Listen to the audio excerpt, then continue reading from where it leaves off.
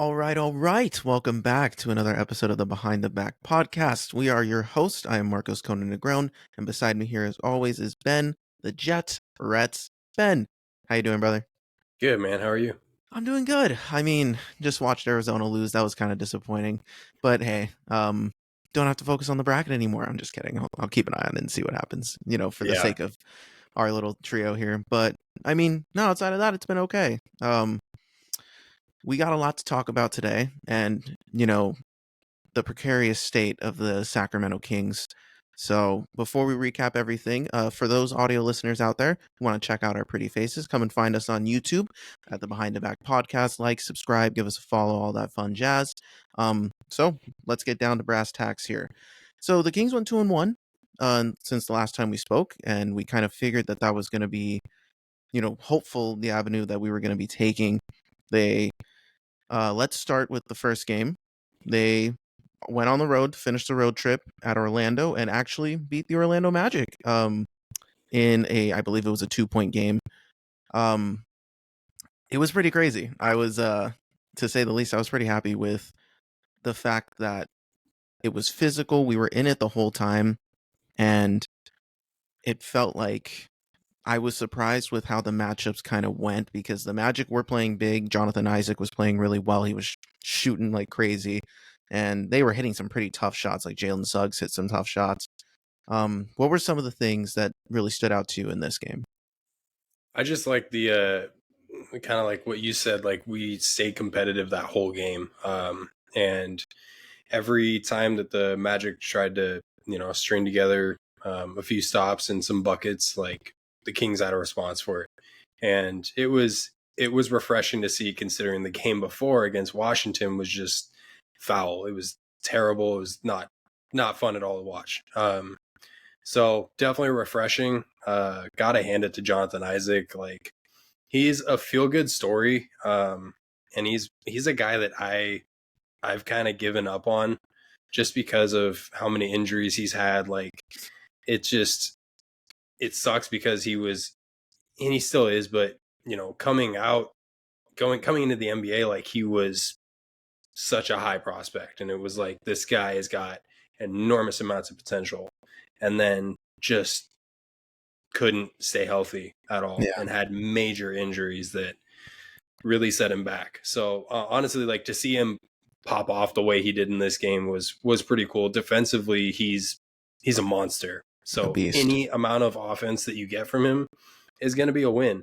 And the fact that he put up 25 points on our head and we almost had no response for him, like offensively was the only thing that we could get back at him. Right? It was coming back and getting a bucket to counter it because we couldn't stop him. So yeah, it was just a good game, honestly. The Kings got some clutch stops at the end.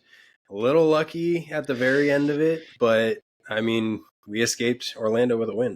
Yeah, they had like in the last, I don't know, like 30 seconds of game time, they had like 10 shots and like 8 of them were wide open and they just Yeah. they couldn't finish it. And we were fortunate. Monk went 0 for 11 in this one. He didn't play that well. The bench in general just didn't play that well. Yeah. But Fox did a good job. Keegan did a really good job. He had like 3 threes in the fourth quarter to really just keep kind of our lead in check. And at the end, when it really mattered, we got the clutch stops, like you said, and we were able to just control the chaos and come out of there with the win. And doing that on the road is always a big deal, especially since that was our response to a very poor Washington game, and we really needed it.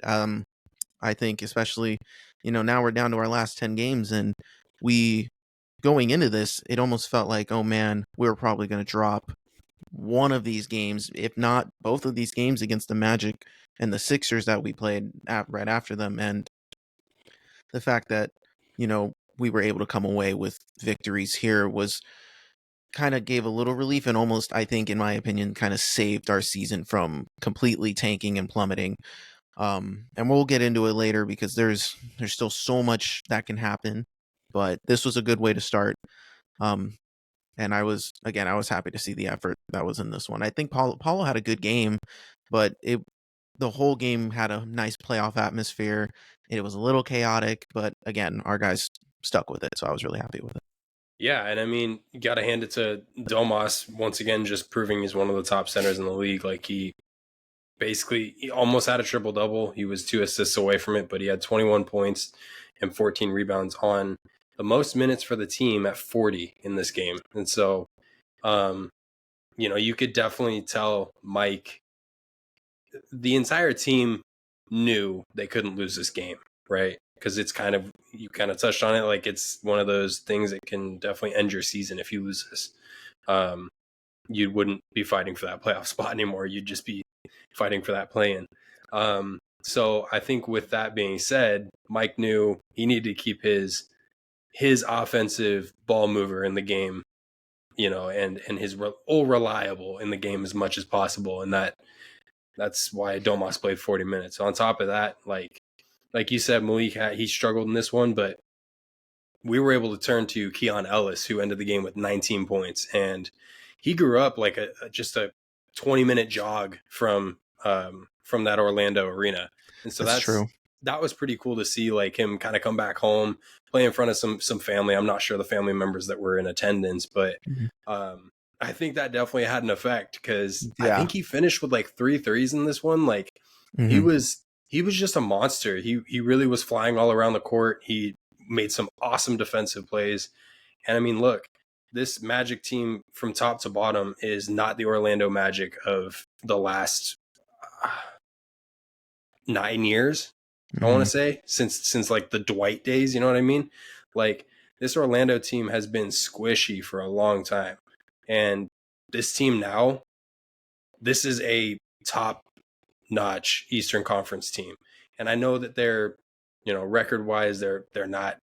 I don't know where they lie record-wise. I know they're 42-29. I think they're in 4th or 5th right now, right? 4th. So they're like the perfect build for an Eastern Conference team. If you look at the East, it's big teams. They're lengthy, they're tall, they're just muscle. They're gonna body you the entire game. It's kind of like that Detroit bad boy style-esque, right? So they're like a perfect build for Eastern Conference, and it's tough for a Western Conference team like the Kings, who tends to lean towards small ball and move the ball as quick as you can, and then also spray, right? Like you drive to the basket and you spray. These guys can, if they run a quick zone on you, they can change the game pretty quick. But the Kings found ways in this one just to make it work, and that was huge. So great win. Agreed. And again, to touch on the Keon Ellis point of it, 19 was his career high. And again, playing in front of family always helps a little bit. I also think Keegan's, I want to say Keegan's dad. Yeah, they said Keegan's dad was also there as well, and Keegan shot really well. So that's always nice to have family to just kind of be there and influence you a little bit. And it's always good for Keon specifically. You want, he's at this moment he's a defensive specialist, but to see him go out there and be aggressive, that's kind of what you want. I'm okay that he's taking 8 or 9 threes if they're open and they're within the offensive flow. But yeah, we'll need Keon shooting in the playoffs, especially as games get tighter. And I think it's really good to see him have games like this. So any final thoughts on the Magic game before we move on here? No, all good. All right, so we took our win from the Magic, flew all the way back home on Sunday, and played another game against the Philadelphia 76ers on Monday, and we also came away victorious. It was a good win. I was kind of surprised. I thought, the Sixers were coming out hot. Tyrese Maxey did his thing early on, and he outscored the Kings early on, just like in general.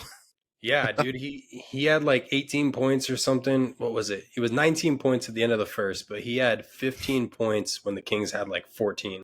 And we took a quick timeout. And I texted you guys. I'm like, this is just totally wrong. Like one guy is completely outscoring our entire team. It was impressive to see. Like Maxey started off so hot in this game, but the stories we'll get into, like, yeah, the first quarter he had 19, but the other 3 quarters he only had 10 points to finish the game. So right. No, and I liked the way this game also, again, initially back and forth. Philadelphia is a team that we struggle against. In recent history, we have struggled against with or without Embiid. And I think we did another good job of just playing physical and not giving them easy shots, making them work for everything that they had. And Tyrese, you got to give him credit. He was out there playing 2K for the first quarter, and it felt like he, just couldn't miss and got what he wanted, even though the Kings were kind of doing a good job of getting pressure on him. So I was happy with the effort we were giving, and it was just a bend, don't break kind of situation, and just stay with them.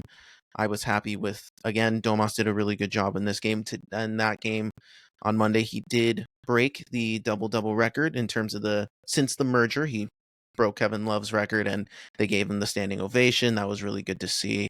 In the grand scheme of things, when we win and he has a double-double, it's always a nice little touch that he's extending the streak. But it is a testament to how consistent he's been, and we gotta give him props for that, especially when he performs well. Just like we'll give him his due, we'll call him out when he's not playing that well. But in this game, he played well, and he matched up with the physicality. I know Mo Bamba was trying to make an impact in this game, but it's funny to see kind of the collection of guys, especially when teams get hurt. Like, obviously our boy Buddy was back. He didn't put up 30 like we were like we were I'm not hoping wearing for. the jersey. But this game was just another good team win. By the time we got in the third quarter, we were counter punching every time they tried to get back in the game, and ultimately we just put them away. So yeah, and it was a refreshing win, because a lot of this season, like, the Kings just haven't been able to run away with a game, from the start of the second half to the end. Like, it seems like they'll build a lead, whether it be 15. It seems like 20 is the like lead that the Kings will build before they lose it. It right. just seems like that 20-point mark, and then it just goes downhill from there. Never know for sure. Yeah, and the Kings, they built that lead, and then they just, like, Philly would go on a little run, nothing crazy, because the Kings did a great job containing them in this game. They played awesome defense. I think in like the first half, I'm trying to pull up the stats. So the Sixers finished with 48 points in the first half. Like, holding I've seen the Kings score 50 points in basically a quarter and a minute. Like, it's true. And I've also seen teams score that against the Kings this year. So just an awesome improvement, kind of touching up on the defensive improvement, just an awesome continuation of that effort on that side of the ball. Obviously, you put the third stringers in, and it's just 3 after 3 after 3, right? And that defensive rating goes down a little bit, but still to hold the Sixers under 100 points, and that's not a bad Sixers team. Mm-mm. Without Joel Embiid. Like, with Joel Embiid, that's a damn good team. Without, that's still a good team. That's the team that we lost to earlier this season. So, yeah, awesome game from Domas. He ended with a triple-double, obviously, and got the record. Keegan had a good game as well with 23 points. We leaned on him actually having the most minutes out of everybody at 38. And then Foxy didn't have a great game, but he was consistent through this one. He did chuck up some threes that were kind of questionable at times, but he's been doing that all season. I do want to point out, though, Davion showed up in this one. He ended with 18 points, and he was reliable on both sides of the ball. So yeah, it's kind of crazy to see the production that we get every night from either Keon or Davion, because they'll never play well together at this point. It's proven. Yeah, it's weird. One of them always does decent to really well in any given game. And honestly, like, with the style of I guess with the selection, the matchup selections that Mike is going with, if at least one of those guys is having a good night, we run a good chance. Our bench runs a good chance of winning that battle, that bench battle. Obviously, as we get into the next game, we can kind of talk about that and how we didn't get that production. But this was a good win, a really good win. Like I said, really refreshing just to run away with one finally. Yeah, and again, post All-Star break, I think we've really seen a lot of like specifically like Davion, Keon, we've seen those guys really lock in and kind of get comfortable in a role, and I think it's just because we started seeing them more. Um, and that is something, I think in some of these games, even like the Washington game, the games that we lost, it almost feels like, those are games where I look back and I'm like, man, I wonder how our bench would have looked had we had like Trey Lyles in there to kind Yeah. of, and so despite the injuries to key role players, the Kings have, kept their head above water. And again, this is still a good response to a bad Washington loss. They could have had a good win in Orlando and got tired on the way home and kind of lose this one to Philly, but they really took it to them. So post All-Star break, the Kings record has been fine. It's been good. They're winning, 2 out of every 3 games, which is it's pretty good to have, but it's from this game, I was just happy with kind of the all around good vibes because I feel like going into it, it almost felt like that was going to be the game that we dropped since we won in Orlando. It felt like, oh man, like they're coming back home, long road trip all the way across. They're going to be tired. Um, but it didn't happen in this game. But I think in the next game against Dallas, it really you know took its toll. Um, I guess we'll transition over to Dallas here where we got obliterated. It wasn't even close. And it's hard, they've played 7 games in the past 10 days, 5 in the past 7 if we condense it a little bit. And it's mixed with an East Coast road trip coming all the way back home. And the first half of this Dallas game, we were in it. We were offense wasn't really that great, but Luka was playing really well in the first half, hitting every shot he Yeah. took. It was one of those nights, and in general, their supporting cast, not Kyrie or Luka, everyone else like Hardaway, Washington, um, they combined for 14 of 22 from 3, which is absurd. And this game, we mentioned how we held the Sixers to under 100 points. The whole defense for the team has improved throughout this stretch. Like we've been a really good defensive team, but this one kind of felt like once the third quarter hit and Kyrie was hitting a couple tough shots, we weren't converting on offense, so we were kind of letting that get in the way. It almost felt like the energy just like went away, and then we just didn't have any fight left in us after that. Yeah, it definitely, I know typically you don't want to use like the excuse of they've played so many games in so many days and things like that. Typically you don't want to use that excuse, but it's a legit thing that you need to at least bat an eye towards. This Dallas team, they were on their second night of a back-to-back as well, but they've also been rolling as of late. And the Kings haven't so much been. Like they strung together some good wins. But in between there were some losses to some teams that they shouldn't have lost to, as has been the story of the whole season. And so by no means were the Kings rolling coming into this one. The motivation was we're back home. We know that the matchup that we've got tonight, it's a battle for the 6th seed. Same record. We want that tiebreaker. Like Yeah, obviously there was massive I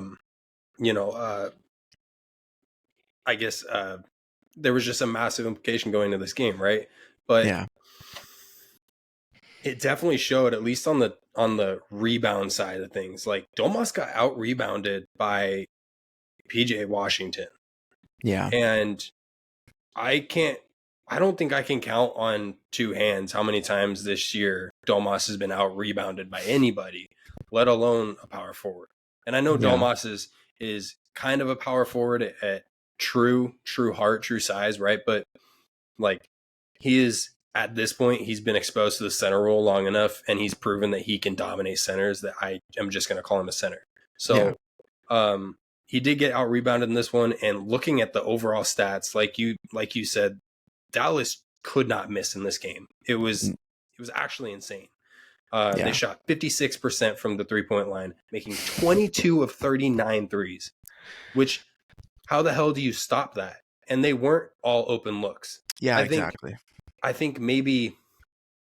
maybe 10 of those were like wide open, but the Kings have made an emphasis on closing out on 3-point shooters since the All-Star break. And that's where their defense has gotten so much better in these past, I guess, since March started. Like, they have really focused on closing out on 3-point shooters, and their half-court trap defense has been phenomenal. And in fact, they showed that in the first half with Luka, where they would trap him in the corner.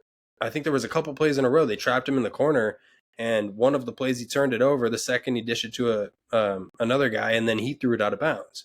Yeah. And it's like, this is the kind of defense we needed. But when you play that grit and grind defense, the in your chest, in your area, like, you're getting down and dirty, it's gonna tire you out quick, because you gotta go down on the other side of the court and play your best game too.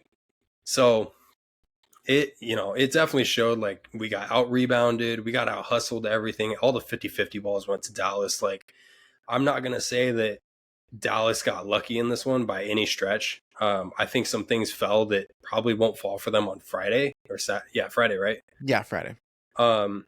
It's tough, man. I mean, it definitely showed they were tired.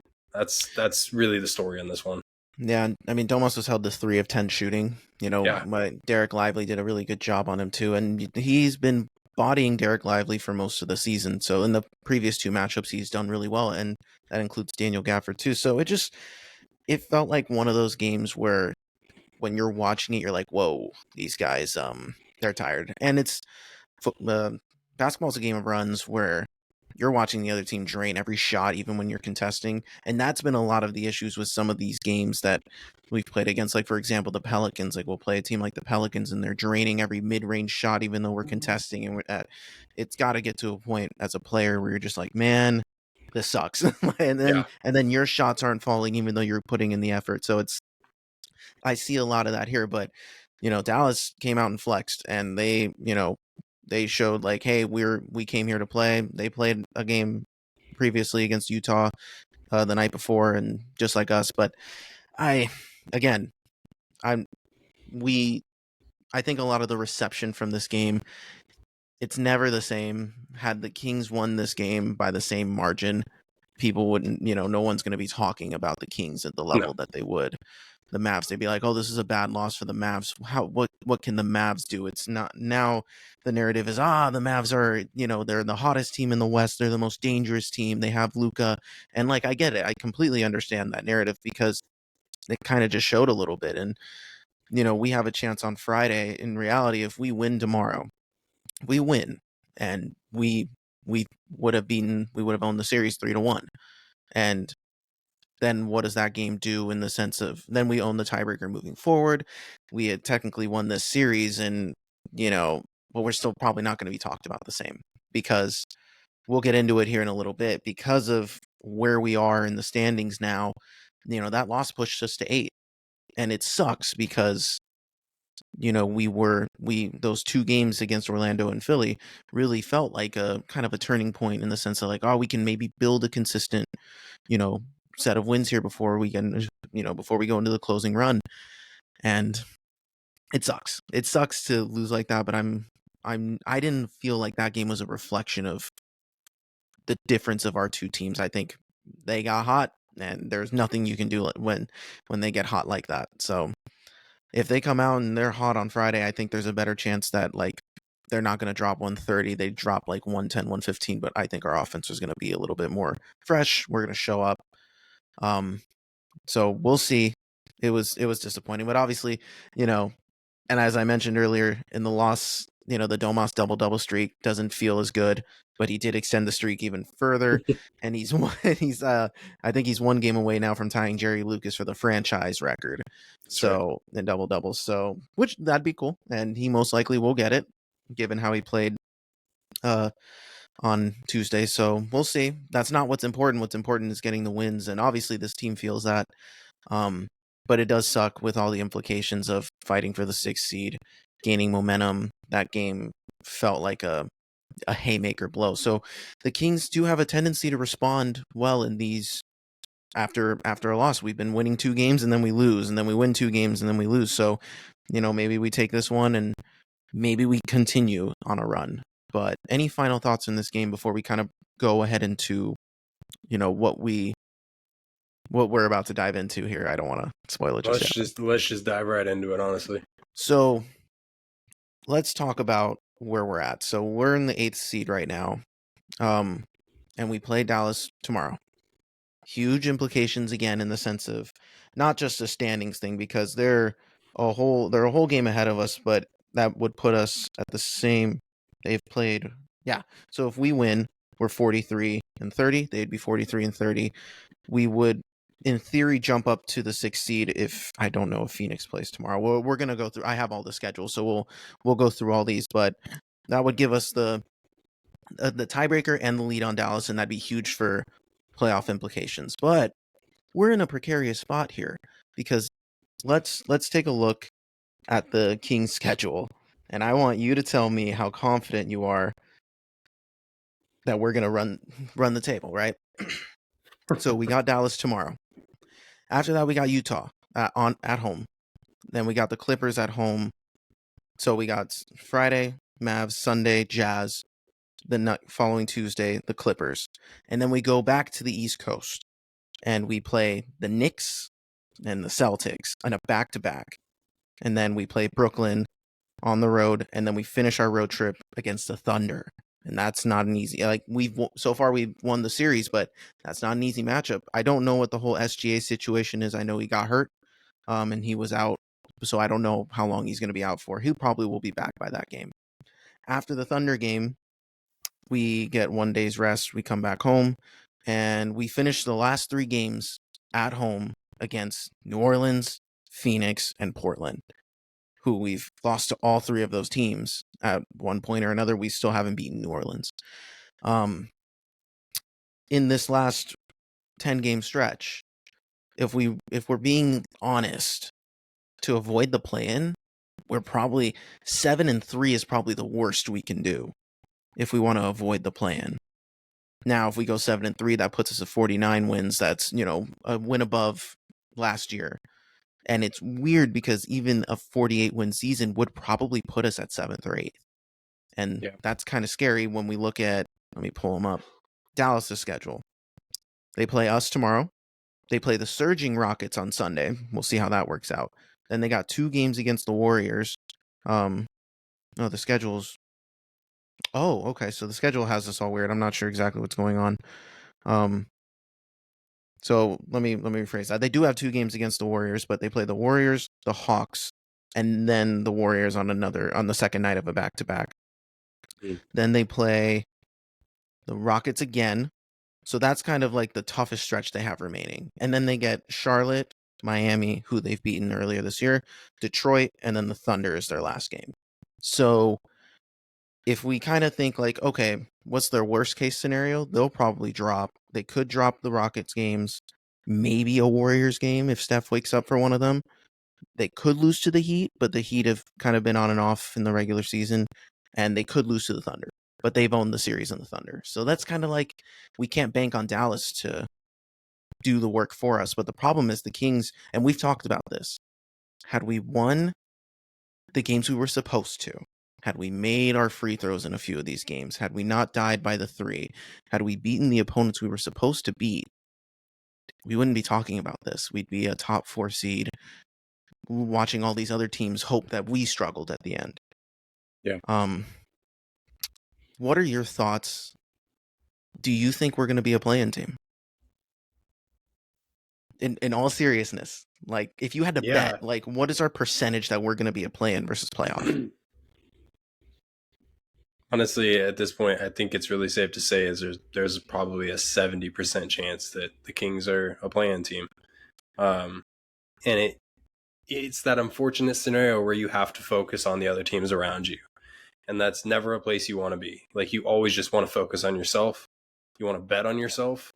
You don't want to have to bet on another team beating another team to put yourself in a position where you want to be. Like, that's never fun in sports. And so, yeah, I mean, you just laid it out looking at that schedule that the Kings have left versus the Mavs. Like, yeah, I think the Kings would need to go 7-3, and I think that's a tall task looking at the opponents, and especially the fact, like, playing the Knicks on one night and then turning around and playing the Celtics the very next night, like that's tough. And then we get a 1 day break, and then we're playing Brooklyn, and it's just there's some unfortunate matchups with some unfortunate like endings, meaning like just timings. Like I Yeah. think we played the Celtics on a back to back both times this year. Am I wrong? Yeah.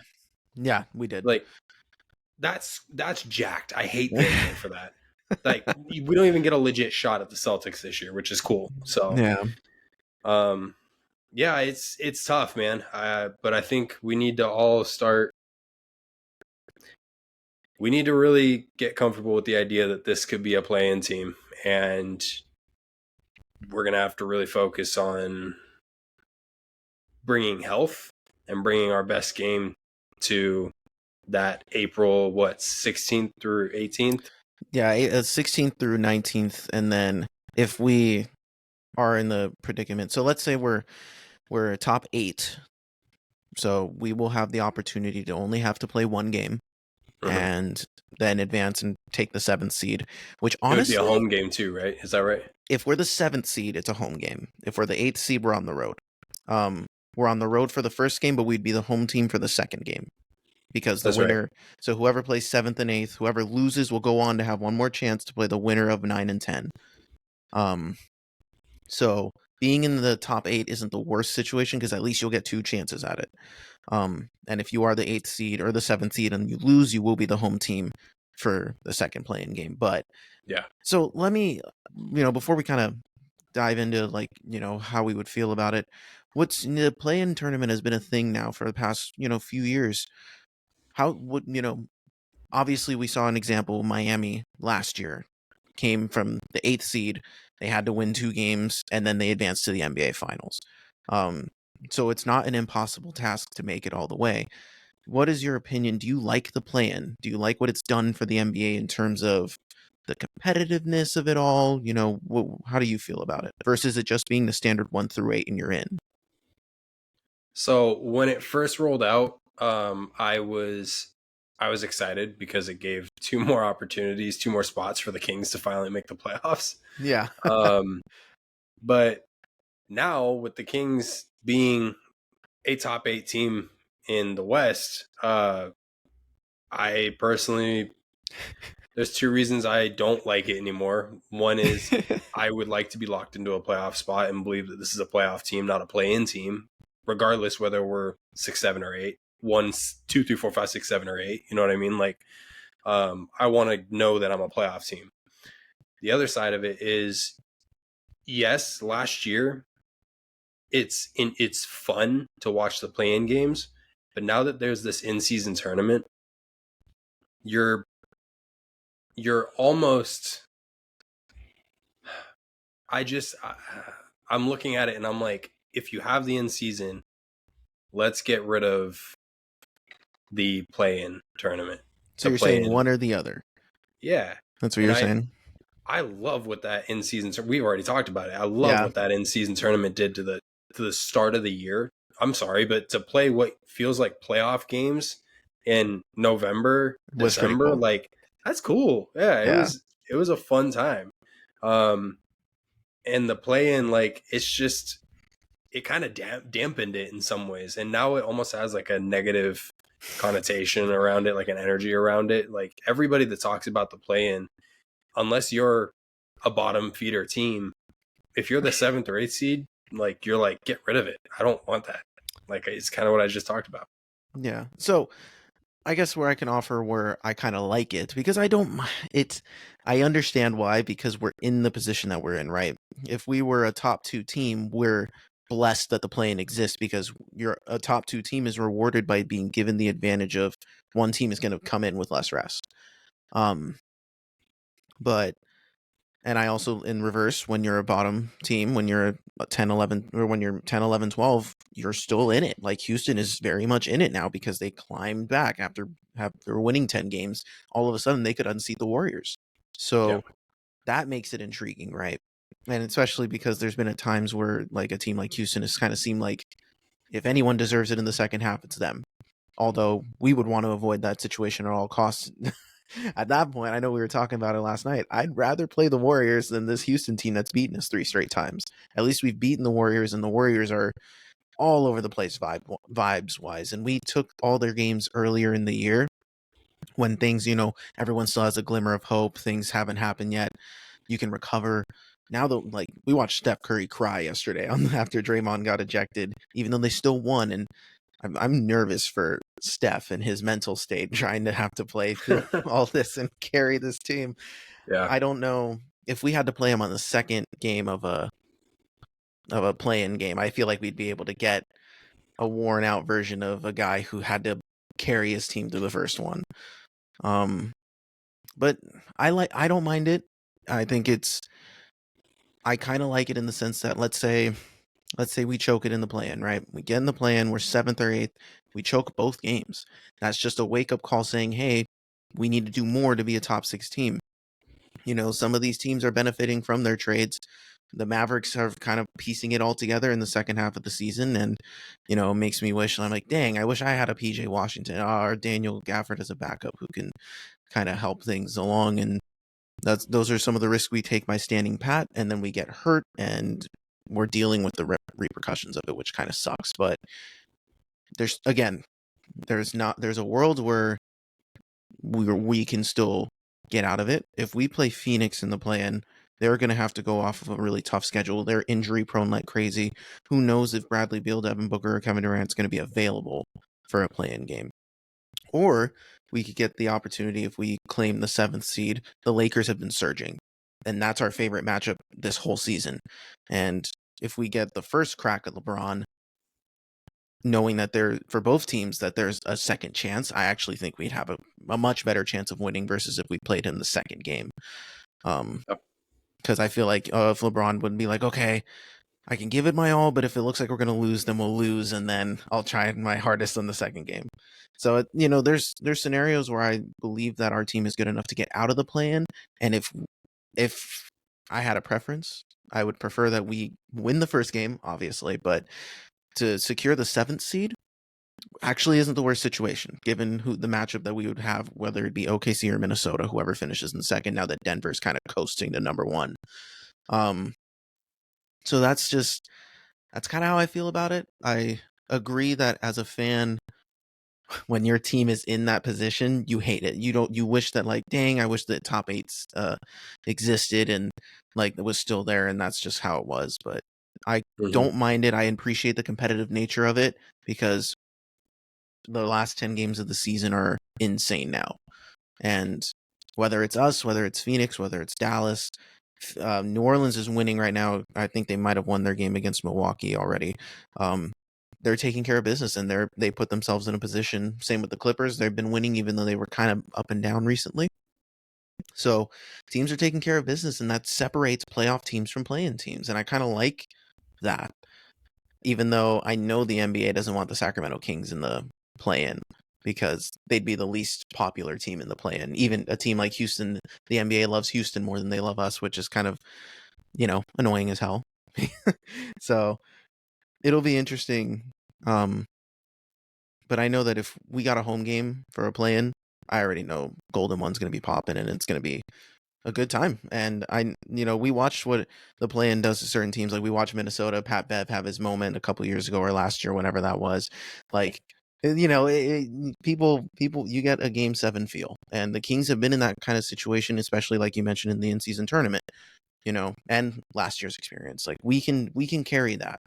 And yeah, so I don't want the play-in. Let me get that out there. Let me make that clear. But I'm nervous. Like, we're going to have to buckle up, and, the Kings are going to have to show up to some of these games that seem insurmountable as the underdog. And will they? They haven't given us a reason to believe that they actually will. They step up to the high-level competition, but we've been sprinkled with these low-level competitions in between the high-level competitions where we've gone inconsistent. So I wonder if, there could be a world where we beat Boston and New York, both we somehow win both games and then we lose to Brooklyn. Like or Yeah. we beat New Orleans and Phoenix and we need to beat Portland to claim 6 and we choke. Like I could totally Yeah. see that world happening. So it'll be interesting to say the least. Yeah. I mean, you asked me if I think this team is going to be a play-in team. Yes. Do I think that they deserve to be a play-in team? Yeah, I do actually, because I it's just, it sucks, man. We've dropped so many games that we should have won. And there's been so many times this year that you and I have come on this podcast and been like, yeah, the Kings, they played, X team, and just it sucks. We felt good going in, but I don't know what happened. So and so didn't show up tonight. They just didn't play any defense for whatever reason. They hit X amount of threes in our face, and that's a franchise record. Like so many times this season, teams that shouldn't have beaten us beat us, and that is just a recipe for a play-in. Like Exactly. the Mavericks have that going too, but at the same time, they've been surging, and the Kings haven't surged. They had the chance to surge, but they dropped that Washington game. They dropped another game in there. Like, and that's the difference, is the games that the Mavericks won were games that the Kings didn't win. Yeah. And that's where that separation is key, right? And that's what separates those playoff to play-in teams. It just sucks.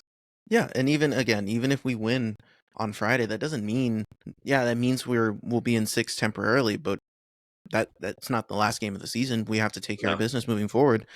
And last year the Kings we started off 0-4 and then we had like that 9-game winning streak. And then we would win like anywhere between 4 to 7 games at a time consistently before dropping 1 or 2. And this year it's just we haven't I don't even think, what was our longest win streak, like 4 games like all year long. Yeah, I think So 5. it's like our record is, we're a good team, but we are a play-in team by every kind of sense of the word. And based off of the stars that we have, we're homers, so we feel differently and we see differently. But everyone will say that we're going to be the worst play-in team of the bunch, that they would bank on the experience and the star talent of some of these other teams, and that's fine. We'll let them do that. But we're still, we haven't earned anything, and we've talked about this.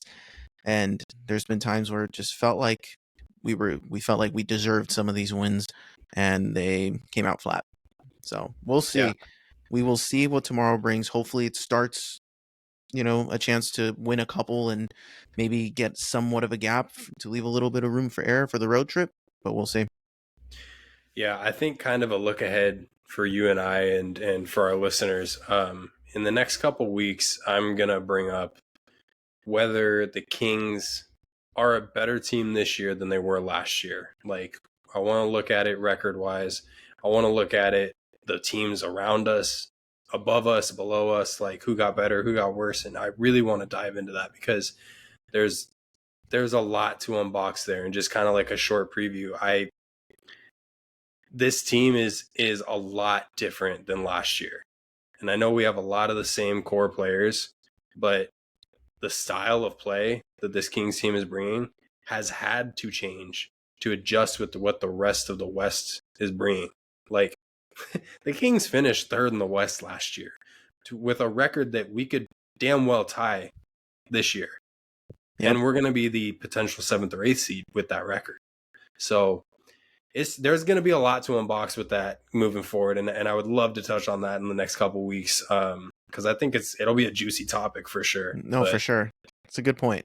Because when you mentioned that, I'm thinking to myself, I'm like, well, this is kind of the same freaking team with just like a Keon Ellis added to it, right? But it's like in Keon instead of TD or something of that nature. But you're right. Like our offense is not the same. We are not the historic level offense that we thought we were going to carry in, and our defense, it has improved. But where is we'll talk about it, because you're right. There have been times where our offense has completely disappeared and stalled in a way that it was never like, oh, if we're going to be in a shootout with any team. Last year, everyone thought that, oh man, you're going up against the Kings in a shootout, you're going to probably lose that one. So that's not the case this year. I think And I think the team kind of felt that way too. So no, that's a good point. I think we will do that. Um, depending on wherever we land, wherever we go in the playoffs or play in or whatever, we'll make that, we'll kind of bring it up and just kind of gauge where we're at. So no, that's great. Any final thoughts on the Kings here before we switch to a different topic here? No, I mean, last thing is just tomorrow is a huge game. The rest of them are going to be huge. Tomorrow is a really big one. Yeah. And it's probably bigger than the one that we just played. Yeah, So, exactly. I need the Kings to bring their absolute best game tomorrow and prove that whether you're a play-in or playoff team, you're at least a good team, right? Yeah. And I mean, they've proved that, but really go out and prove it. That's what I'm asking.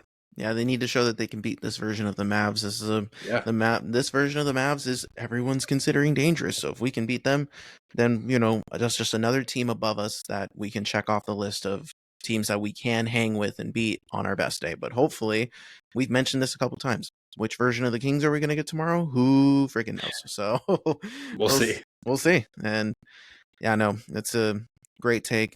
Every game from this point on, not in a literal sense, not just yet, but it is a must win at this point. Every game is gonna each and every passing game is gonna carry even more must win weight until it gets to a point where if you lose one or two, that's the difference between 6 and 8.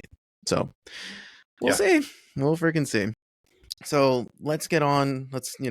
We'll move off of basketball and we wanted to touch on, we're not going to go on any NFL free agency moves.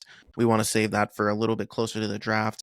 We will be doing, Ben and I kind of talked about it. We will be doing kind of like a live mock draft here in the next couple weeks prior to the NBA playoffs starting, because the NFL draft's like a week before, NFL drafts the April 25th and the playoffs start on the 20th of April. So if the Kings are still in it, we want to make sure we get our draft takes off prior to the playoffs so we can lock in for playoffs. But we thought it'd be cool to do kind of like a mock draft. We'll pick, I'll pick for the Eagles, he'll pick for the Niners, and, see what happens there. Have some fun with it. So in the NFL, there's been some rule changes. So we got to start with the most important thing. The Eagles get to keep the tush push. That has not been banned. Let's go. Not that it matters because Kelsey's gone, so it defeats the whole purpose of it all. But I thought that was funny. I mean, Saquon, man, he can really push the ball too. So I wonder, I wouldn't be surprised if they incorporated. What if they just had a running back direct snap, have him be the guy, and maybe Jalen doesn't take as many hits? Wouldn't be the worst idea. That's not a bad idea. It's low-key Wildcat in a way. Yeah, exactly. But have him just snap the ball. Have Jalen behind. Have him do the pushing. Both guys can squat like crazy, so that's gonna be great. That's crazy. But all fun aside here, let's touch on I guess the more confusing but less important one is going to be the NFL banned the swivel hip drop tackle, because there are, as confusing as that rule is already, there are 2 hip drop tackles, and they have banned the swivel hip drop tackle, and that is essentially if you are moving side to side, if you are next to a player and you're running with them, and you grab with either one or both arms around their waist area and drop your weight onto their lower extremities, that is now considered a 15-yard penalty. And obviously, I think there's going to be a little, we talk about this like, oh, it's ruining the NFL, all this crap. After a couple of days of sober analysis in my mind, it's kind of dumb, but the reception I'm seeing from players is it's going to be something we're going to see in the preseason. They're going to try and throw a few flags, and then after the first month of the season, we're probably only going to get it like once or twice every other week. And it'll be interesting. It might, I'm not going to, but at the same time, everybody, I can't speak for everybody, but I know as fans, one of the biggest complaints each and every week is the refs and how we're giving them just a little bit too much power to make some of these decisions that could cost a team a game. So I can understand why this particular rule change would bother some people. So yeah, I am a sucker for high scoring games football, basketball, soccer, like you name it. I love watching offense. It's Yeah. awesome. But I do get frustrated with both basketball, NBA and NFL. The the amount of things that a defensive player cannot do. Like, Yeah. you are so limited as to how you can stop the guy who's on the other side from scoring against you. And that is one of the most frustrating things to me. Like, I watch guys in both leagues. I'll keep it football. I watch guys put all effort into plays to stick with some of the hottest receivers, guys who can run a route on any of the best cornerbacks, any of the best safeties in the league, right? They'll stick with them the entire time. The second that ball is up in the air, if it's not played completely clean, there's a flag.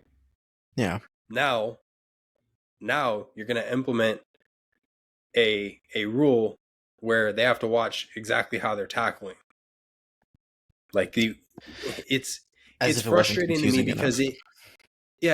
I mean, it's frustrating to me. I get it. They're trying to limit the injuries. I get it. It's hard for me because when I need my team to make a defensive stop, it's one more thing that they can't do. Yeah. It's tough. Thank God we have high-powered offenses. Like, 'cause this is going to be interesting. And Yak players. Yak players are going to thrive if this rule is implemented the way that that players think it won't be. Like you kind of said that players think it won't be as serious, but if it is serious, yards after catch, which is what Yak is, Yak players are going to just run this league. Yeah. And I mean, it's the same, and that rule was implemented because a smaller player had to bring down, it was specifically, I know there's been multiple instances of it. Like, there's been tons of plays now that people want to dissect it, right? But the one that really struck the chord was the Mark Andrews injury last year, where a guy hip dropped and his ankle got busted, and that was it because he landed on it. But safeties have to do that to tight ends because you're a 200-pound guy trying to bring down a 260-pound guy who's also 4 inches taller than you. It's like you're only given so many disadvantages. You're already given so many disadvantages playing defense. So it's a frustrating thing. But it's a coachable thing. It's a dumb thing. We will see how crazy it gets. I think at the beginning of the year, it's going to be a hot topic. And then in the playoffs, we might not even see it that much. We might see 1 or 2 calls throughout the entirety of the playoffs. But again, we don't know for sure. And with rule changes always comes uncertainty, and with uncertainty always comes questions you never know for sure. So it'll be interesting for sure. Do you have any final takes on that one before we move on to the new fun rule? I've said enough. Yeah, that's fair. So I think the most interesting rule change, and let me be frank before I get into, because I like this rule change. With the hip drop tackle, they focus on player safety, right? You want to focus on player safety, so you're going to throw us these rule changes to avoid the fact that every team should have a grass field, right? That's kind of where, it's disappointing because you mentioned this way early in the season last year, when you're like, I just hate that some of these stadiums should have grass. Like, I don't see what's the point. They have the money to do it, right?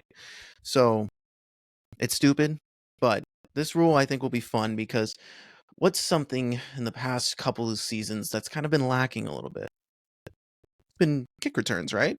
You get a fun punt return every now and again. That's still very much alive and very much a thing and still very important. But ever since they moved the kicker up 5 yards to kick the ball, it's just been touchback after touchback. And it's kind of just taken away. It's almost, a kickoff is almost ceremonious. There was only 22% kickoff returns last year. That was the percentage. So it's like, not returned for touchdown, just returned in general for any yardage. Yeah, exactly. So the NFL implemented a new kickoff rule. They changed it, and when I first started watching the NFL, like kind of really getting into it, one of my favorite players growing up, because I lived in Illinois, was Devin Hester. And Devin Hester was one of the all-time great kick returner and punt returners. And it was so cool watching Beast. him. He was so cool watching him do those kick returns. It was such a fun part of the game because it could happen at any moment and it changes the Yeah. course of a game. So the NFL's new kickoff rules are kind of like and we're about to see it on Saturday. If for those who are unfamiliar, go check out the XFL, the spring league that the NFL, not the NFL, but that's a spring league that people can watch now. It's now, it was a thing the past couple of years, and it's starting to grow in popularity because they have different rules. It's a little different. So I'm going to try and break this down as kind of as cleanly as possible. So those rules, so the kickoff rules are: kicker's still at the 35-yard line, and the kickoff team will be lined up at the receiving team's 40-yard line. And the receiving team will be lined up at the 35-yard line. So there's only 5 yards separating the kicking team from the receiving teams in terms of who's pursuing and who's blocking. The returning team, the receiving team, can either put 1 or 2 players back there to receive the ball. So the kicking team cannot move. They can't move at all until one of the returners or whoever's returning touches the ball. Mm-hmm. Once the ball is touched, you can go and pursue. Now, so that's one part of the rule. Now, the other part of the rule is going to be the landing zone. And there's going to be penalties, which I kind of like. It's going to force a little bit of strategy. The kicker, if you're going to bomb the ball out of bounds, you're going to be out of the landing zone. And what's the landing zone? It's the goal line to the 20-yard line. So the goal for the kicker is to kick within this landing zone. And any ball that is touched in this landing zone must be returned. There is no more fair catches on kickoffs. So let's say the ball lands, the kicker kicks it, and the ball lands short of the landing zone. It lands anywhere between the 21-yard line and up. The ball is automatically placed at the 40-yard line. So that's a penalty there. So that's the strategy, right? If the ball gets kicked, it like a normal touchback, lands in the back of the end zone and goes out, and it's down. The ball gets placed at the 35-yard line instead of the 25-yard line like it normally would be. So it's also not an advantage to do a touchback anymore. Mm-hmm. Now, if the ball, here's the skill / strategy. If I'm going to assume at first we're going to see a lot of teams do a 2 receivers, 2 returners type thing, because if the ball lands in the landing zone and rolls into the end zone and then out, then the receiving team starts with the ball at the 20-yard line. So it's not the same as a touchback. You get to go 5 yards closer, or like you have 5 more yards to have to go for. So I'd be surprised if early on we see teams with 1 receiver, because kickers are talented. You can get a guy and like, I'm just going to send it one way where the guy doesn't think. And, if he doesn't get to it in time, then we pin them back. But that again, this incentivizes returns, and there's a lot of strategy to it, because when there's only 5 yards separating and the tacklers, the kicking team isn't coming at you at full speed with like a head start like normal, it creates a lot more room for a super talented returner to make some moves. And now all of a sudden special teams turns into like a calculated blocking schemes, stuff of that nature. Yes. You can plan for that now. So I like it. I like the idea. I'm excited because all of a sudden now, you can think about it via the draft or undrafted free agents. All of a sudden, some of these speed guys are going to come back into play in a way that they wouldn't be able to before if they were trying to be like your 3rd or 4th string receiver, but not good enough because they were just fast. Yeah, great point. So like talented returners, that's going to be a thing. Like the Cowboys, dude, I know the Cowboys have a really good punt returner guy. Mm-hmm. He's going to be scary next year. So it's things of that nature where I'm excited. I'm kind of excited to see where this goes, because we're going to be seeing, because like guys especially at first, I wouldn't be surprised if we're going to see like quite a bit to start while they get used to trying to block these kind of returns and stuff. So I'm interested. So I may imagine the Niners draft a guy like Xavier Worthy. See what happens when you put him back in a kick return slot, right? Yeah, that'd be interesting. I actually really like it. And I like that you broke that down, because it makes it pretty clear. And obviously, the more that we see it happen, the preseason and the regular season, like to start, the more comfortable and the more we'll start to understand it, because they do a really good job like of explaining the different scenarios before they break down as they happen. Like, Right. so that's all good. I'm excited because you alluded to it a little bit, that a kickoff return can completely change a game. Like, you could be down 14-0 in the first quarter. You've had like an interception or a fumble that was returned like for 6 or whatever the case, like full momentum to one side. And this guy kicks the ball, this team kicks the ball to you, and you have a talented returner that takes it all the way for a touchdown or at least gets massive yards. You put that ball in the end zone and it's a 14-7 ball game, and it's anybody's ball game. And Yep. it's just kind of, it definitely adds like another aspect to the game, like another avenue of scoring. It's a realistic opportunity to get massive yards and massive points. Like, it's cool. It's exciting. I'm happy about this. I really am. Yeah, and another, strategic aspect of it too is, let's say it's the end of the game and the clock hits 0 and there's an opportunity to go for a kick return because you have to, and the new rules might benefit that. Like and I'll go back to the Devin Hester. It can impact even the biggest games, because one of my favorite Devin Hester plays that I got to witness was the 2008 Super Bowl that he had a kick return touchdown on. Yeah. And I was like, I'm just, when I heard about the rule, I'm thinking about those moments in my head, and I'm like, oh man, this would be so cool to see. And the punt return aspect of things has always been crucial now that the old kickoff rule was implemented, but now with the new one, now that we have a threat, all three facets of the game again kind of feel like equally important. You need to have awesome special teams. You need to have, awesome offense and defense if you want to be one of those teams. And having a special teams play might save you a game or two, or might cost you a game or two. So it's gonna add uncertainty, especially with all these guys getting used to it. So I was pretty hyped to hear about that. I was like, this is a pretty cool concept. So I might check out some of the XFL stuff just to see how it looks in real time and look at some of those highlights and just kind of get a feel for, for that. But if you have a really talented returner, it can make all the difference now. Yeah, for sure. And it's not as ceremonial. Like, the kickoffs were just so, it was like, all right, yeah, let's watch, 10 seconds of football go up in the air and come down. Okay, commercial break again. Let me go to the bathroom. Or no, I just went to the bathroom. Let me get a snack. Like, yeah, like exactly. Now it's like, oh, this is cool. He's going all the way down the field. It's exciting. It's adding. I think they're almost, with both of these rule changes, they just want to see more points on the board. Yeah, you're not wrong. So it seems like it's a good point. And I mean, there's also that also leaves a little more room for uncertainty. There could be a huge fumble on that play. Somebody could, you don't know what's going to happen there. So there's just a level of strategy to it. And, if you have a kicker who, like, let's say, for example, Jake Moody, there was plenty of times where he couldn't kick it out of the back of the end zone half the time. This benefits a guy like him who can hit into his sweet spot and make them return. But there also could be a moment where maybe you need him to hit it out the back of the end zone to ice a game or to end the game to prevent a return. So it's just like, there's this whole strategy. So I'm really excited to see it. But I also don't know how it's going to affect, like, we'll see it live in game and obviously in preseason, all that crap, like how it affects with, the time, like, does the ball, I'm assuming the time won't start until the player touches the ball, things of that nature. So teams can't just squib it. Oh, one thing I forgot to mention, onside kicks.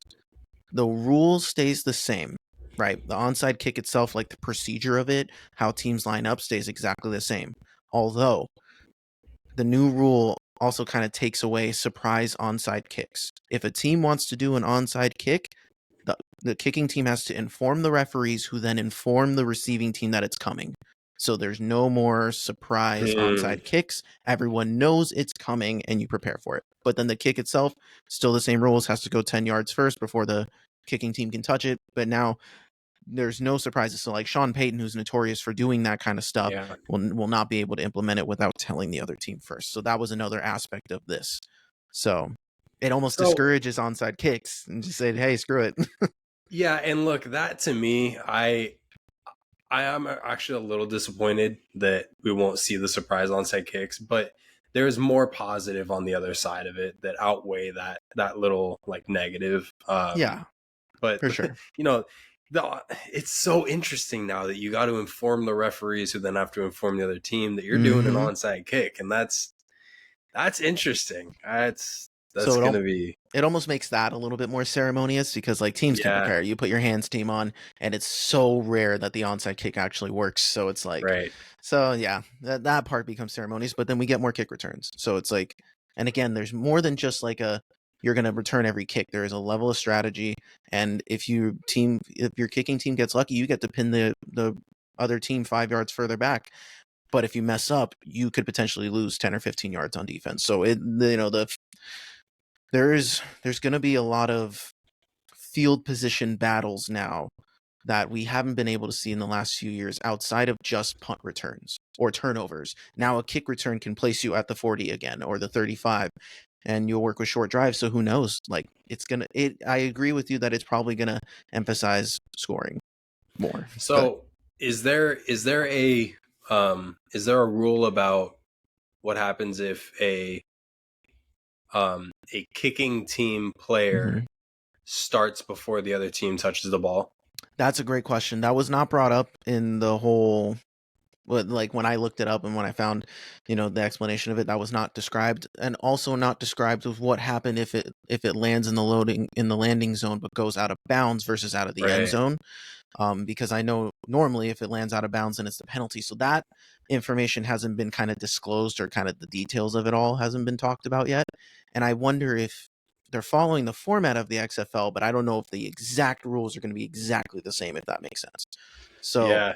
that is something that I'm sure will kind of be talked about and we'll see a lot in preseason. But I wouldn't be surprised if it lands in the landing zone but goes out of bounds. I wouldn't be surprised if they penalize them and go to the 35 or the 40 still. But it lands in the landing zone, and that was part of the rule for making it to the 40. So you're right. There are a couple things that, Hmm. remain to be seen, and that's something that I'm interested to see too. It's going to be interesting to see how they how an official crew, a referee crew, Mm-hmm. watches the timing of that catch Yeah. to start thing. And I wonder how the XFL does it. Like, I want I to wonder check if out a they few have like highlights. they've got to have a camera like right between the receiving and the kicking team, right? Like dead center. Yeah. And then they've got to have it almost wide enough so you see the returner, and then it's got to be like a slow-mo timed up thing where it's like, oh, we're gonna go back and look at this. I'm gonna watch some XFL like scenarios on kickoffs Yeah. because I'm genuinely curious. I saw this whole thing get announced and I was like, at first I was like, it's kind of weird, but It is a whatever. little And weird, right? then Yeah. yeah, and then like I kind of looked into it a little bit more and I'm like, this is cool. And then hearing you describe it, like I'm like, yeah, this is kind of badass. Like It's this pretty is gonna cool. be an exciting little thing. So, and I wanted to preface it with the whole they're giving us something cool and flashy to kind of take away from the fact that they're pretending to focus on injuries and stuff with the hip drop Yeah. tackle when they could do something else that benefits players, scientifically proven too. So, whatever. But I'm excited. It's going to be fun. So, it's the NFL. They want Science to is a make their lie, money. Marcos. Yeah, that's Science is a true. lie. You're not wrong. So, yeah, no. So I wanted to touch up on those. I thought those were really cool topics to kind of bring up now. Because I wonder, how teams are going to approach the rest of free agency or maybe even the draft, knowing that they can bring a kick return Oh, specialist again. So yeah. that'll be interesting. And, they can do that in college as well. College, there's always enough returns, so that's not really an issue. They don't have to change the rules there. Um, but that would be interesting because it's an aspect of the NFL if that's something that they will eventually bring into college too. So who knows? We'll see. Yeah. Yeah. So any final thoughts before we head out of here? No, I'm all good, man. All right. So hopefully, we're talking about the Kings beating the Mavs and, hopefully a good bump in the standings, and we'll see if fortune favors the Kings, but if not, then we'll be ready to talk about what's next and how we're going to prepare for that. So with that being said, this was episode 34 of the Behind the Back podcast. You can hit us up at behindthebackpod13@gmail.com. Hit us up on our social medias, Instagram, TikTok, Twitter, X, Facebook, all that fun jazz. And if you are an audio listener and want to see our pretty faces, come check us out on YouTube. Give us a like, subscribe, follow us, and feel free to leave any comments on any of our social media platforms. We'd like to have a conversation with you guys with any hot takes or any opinions you have going into the NBA playoffs or into the NFL offseason. So there's always a lot to talk about, and Ben and I will be bringing out some new stuff here in the next couple weeks. We're really excited to just kind of grow and, implement a few more things to kind of make this pod a little bit more fun, and we'll see a lot more off-season topics like we mentioned earlier for you guys to kind of get to know us a little bit better and kind of how we think. So yeah, so with that being said, I'm Marcos Conan Negron, and beside me here as always is Benny the Jet, baby. that's right, we love y'all. We'll talk to y'all next week. Peace. Peace.